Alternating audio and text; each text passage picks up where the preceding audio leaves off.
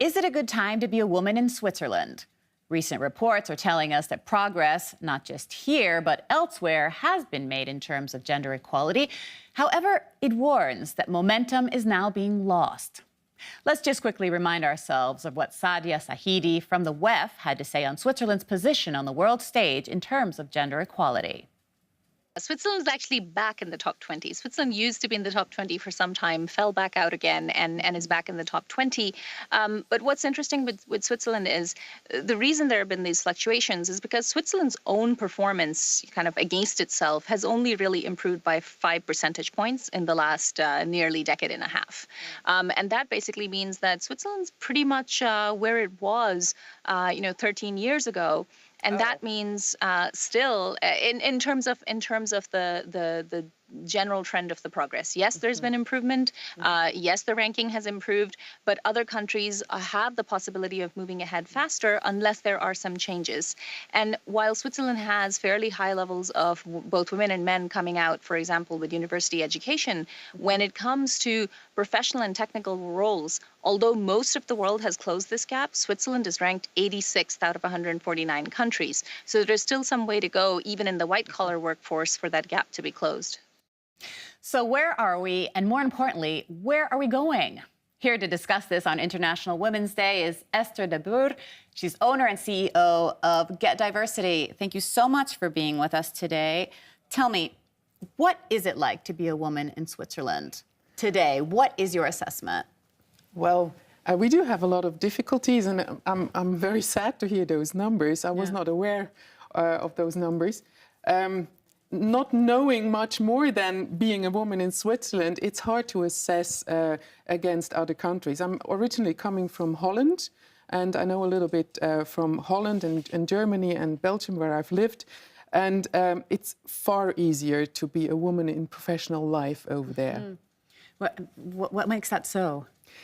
Well, the day structures for having a family, raising a family, and working in parallel are better connected to each other.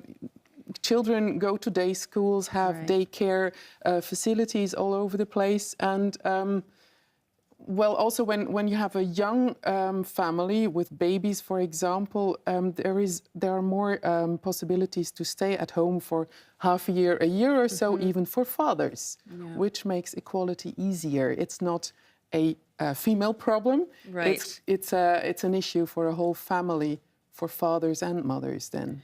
Something that here in Switzerland, there's a lot of debate, a lot of dialogue, and hopefully something that will gain enough momentum to move forward. Things like paternity leave that you have just commented on. Yes, parental leave is actually the only thing that really helps to establish equality. And now that, and you've mentioned the fact that it's not just a women's issue. I mean, it is International Women's Day. However, we know that gender equality has to come, and this is actually part of their theme this year, which is balance for better. It has to come from both sides. Absolutely, yeah. It takes both sides to have... Meaning male and female, right? Yeah, absolutely, sure. To have an equal environment, to have an equal culture, to have this inclusiveness that it takes, that both genders can live their lives in an equal way. And are we seeing, what's your feeling? Are we seeing that more men are becoming involved? I mean, I know, for example, there are a lot of events that are taking place around International Women's Day, and you start to see more men coming forward as speakers. What is your experience? As speakers, yes, but still in the audience, you will find from 80 to 99% females. And we'll have to invite more men to join those audiences, to join those discussions, until it's an equality also in the audience.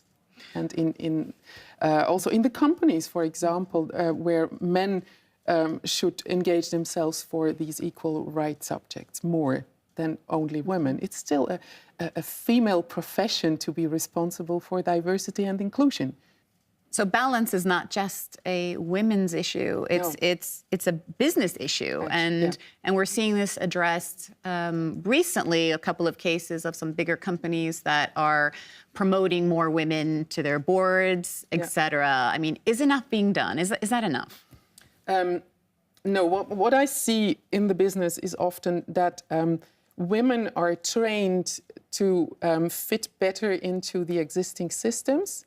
But in large companies, you still have an enormously leaking pipeline, which means that at the entry level, they have like 50% this equality or parity, but they lose women on their way to the top. And at the top, there's just 5%, 10%, 15% maybe. But we have to get this equality up to the top as well. And that means that this whole pipeline needs to change in order to keep the women, to retain the women in the system. So we have to fix the systems and not the women to fit into the system. So what do you, from your experience, what could be done? It's about an inclusive culture or inclusive behavior in companies that needs to be established. Okay. And that's quite a large project, because everybody needs to become aware of where they are exclusive right now and not inclusive. And that unconscious biases have to become conscious somehow. Absolutely, Which sounds like a daunting... Yeah. You can't solve the problem only by recruiting more women. It's in the whole culture of a company where women get... frustrated sometimes about this excluding women, from certain activities, or they feel excluded by behaviors, etc. And that's why they leave again. Now, it's so interesting because in these days, especially, my inbox is flooded with emails from companies everywhere. Suddenly, everybody comes out of the woodwork saying that they have a diversity initiative, you know, they are trying to be inclusive. And it comes across to me like it's just a huge bit of a marketing effort being made here. So what is your feeling? I mean, is it just marketing, or is something really being done at the moment? It's still a lot of communication, but it drives awareness, of course. But then in the substance, in how a company really works and how the interaction between the people in the companies are, we're nowhere yet. It's still the tip of the iceberg, and underneath it's still old style a lot, especially in large corporations. We have higher percentages of females in leading positions in smaller companies. In SMEs in Switzerland, and it's basically the large corporations who suffer most from this still very exclusive culture. But there are some countries, there are some places in the world that are more near the top of the class, as we say in Scandinavia, for example. They seem to be making more progress. What are they doing differently? Well, I've talked to Magnus Hartog-Holm, the ambassador of Sweden to Switzerland. And he described that Sweden and the Scandinavian countries were designed for equality in all their laws, regulations, social contract, etc. It's just that's the way they want to go. And they started doing so over 100 years ago. So they have a far longer way behind them already of development. And that's why they're so good in terms of equality right now. And interestingly enough, Sweden and Norway choose totally different ways to get there. Norway knows the quota, Sweden doesn't. But they ended up more or less at the same place. But it's a basic decision to go for equality, and that takes some consequences, like daycare structures, day schools, etc. So would you say that if I have to ask this tall order of you, which is if you could point to something that would make the situation, would really just give us that boost in momentum here in Switzerland, what would that be? Would it be around childcare? Would it be around changing this part of the system? I don't think so, that childcare makes the difference that much. It helps, but from my point of view, individual taxation will help a lot. Because also coming, yes. I hope so. I hope so, but it's also in discussion. Well, it's in discussions, yes. Yes, it's in discussion. I hope that it will be coming, because I'm pretty convinced that when a family has to pay far more taxes when one is earning much more than the other one, compared to lower taxation when both have the same income, more or less, that will change quite a lot. Because the women are usually the ones that are being that get the lower salary. With a lot of consequences in later years, with AHV, BVG, etc., with all the social security. The whole social security system finally is against women when they earn not enough in earlier years. And we will suffer from that in 10 and 20 years. So what can we do now? What can we do today in order to avoid this happening 10 years down the road? Well, if we decide now as a society that we want to go this way of equality, we can decide everything, or we shape everything we decide towards this goal. But we have to decide this together. It's not about political parties or left or right discussions. We have to agree on that we need this now. And then we can take it step by step. Wonderful. Thank you so much, Esther, for your thoughts and for joining us today on All Inclusive. Thank you for having me. Now, one woman who has no issue with forward momentum when it comes to her sport is my next guest, champion snowboarder Anne-Flore Marxer. However, when it comes to her career, doing what she loves was a different story. And she says there were many obstacles in her way. As a result, she headed to Iceland, top of the class when it comes to gender equality, to find out more. And this journey she turned into the documentary, A Land Shaped by Women. Let's take a quick look. I think the future of my generation is equality. I think the future of the world is going to be equality. Absolutely. Wow, Anne-Flore, what an experience. Thank you so much for joining us today. Thank you for having me. And what was the catalyst for this journey? As a professional snowboarder, when I started snowboarding about 15 years ago, women were not allowed to compete in the slopestyle events. They told us, no, this is too dangerous for women, you're not allowed to participate. And from then on, I did many actions as petitions, articles, different intervention in big meetings about the future of the sport, because it was really important for me to bring more opportunities for the next generations of snowboarding women. And along the way, I got tired of having to fight all the time. And in the winter of 2017, at the end of my winter, I was winning the Extrême de Verbier, the last competition of my winter, but I had lost the joy for it. I was really in need of inspiration and strength. So the next day, I was on the plane to go to Iceland, as I knew it was on the forefront of gender equality.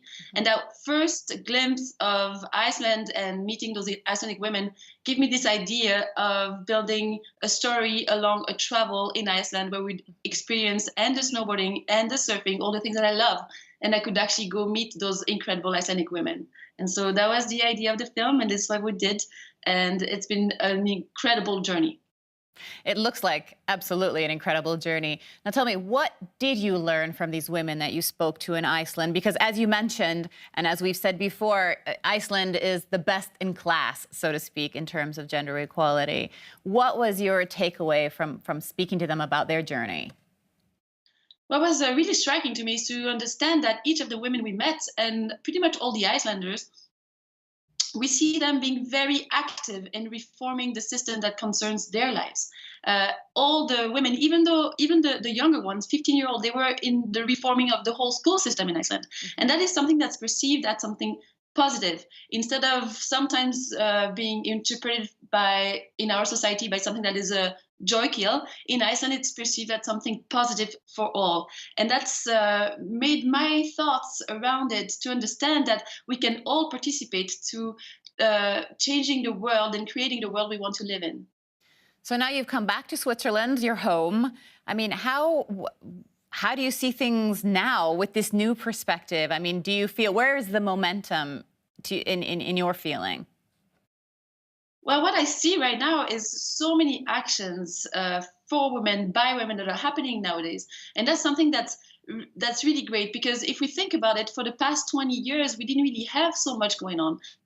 And to see that everyone is waking up and talking about this gender equality situation is only bringing more light to women's initiatives and actually making us as a group, as a society, reevaluate the position of women within our system and how we can improve the situation to bring better solutions towards equality.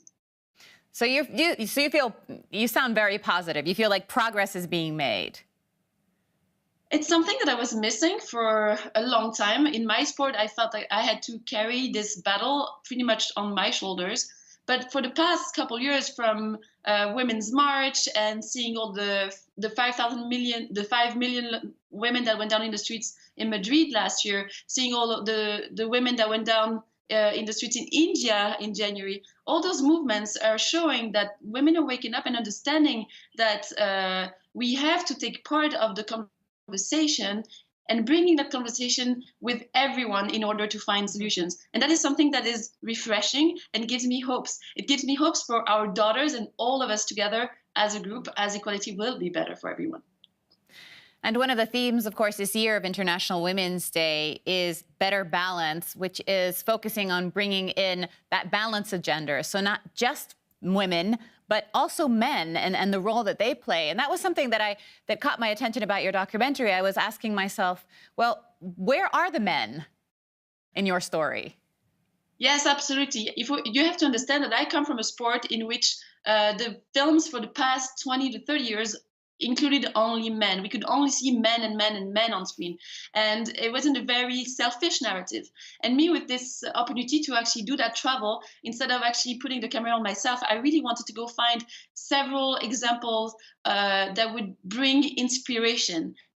And so in that sense, my film was more made into women empowerment, and it was bringing that topic of gender equality in Iceland. And of course, if I did a proper documentary on gender equality, it would be interesting to bring the men and having their side of the story, because in Iceland we really see that they also contributed into bringing better equality for both genders. And but for me, it was very special to get the chance to actually feature several women as an idea to go plant seeds of inspiration for all of us to understand we can all accomplish beautiful things in our lives. And you feel like you've had this with your documentary. You've told me you've traveled the world at this point, Istanbul last week, Russia, all over the place. Do you feel like it's really helping you make headway in your own sport? It's interesting because that film, I did it for myself. It's the thing I needed to have to actually find a bit of inspiration and strength.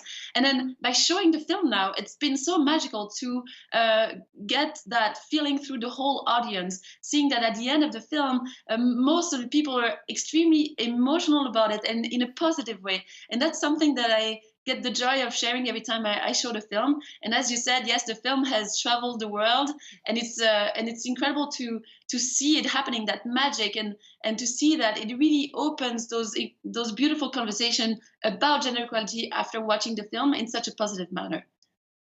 Wonderful. Well, thank you. Congratulations on the success of your documentary, A Land Shaped by Women. And thank you for sharing your thoughts with us here today, Anne-Flore. It's a pleasure. Thank you so much for having me. And to all of you, thank you for joining us on this edition of All Inclusive. You can catch more of our stories on diversity and inclusion from CNN Money Switzerland on our website, cnnmoney.ch. Thanks for joining us. We'll see you next time.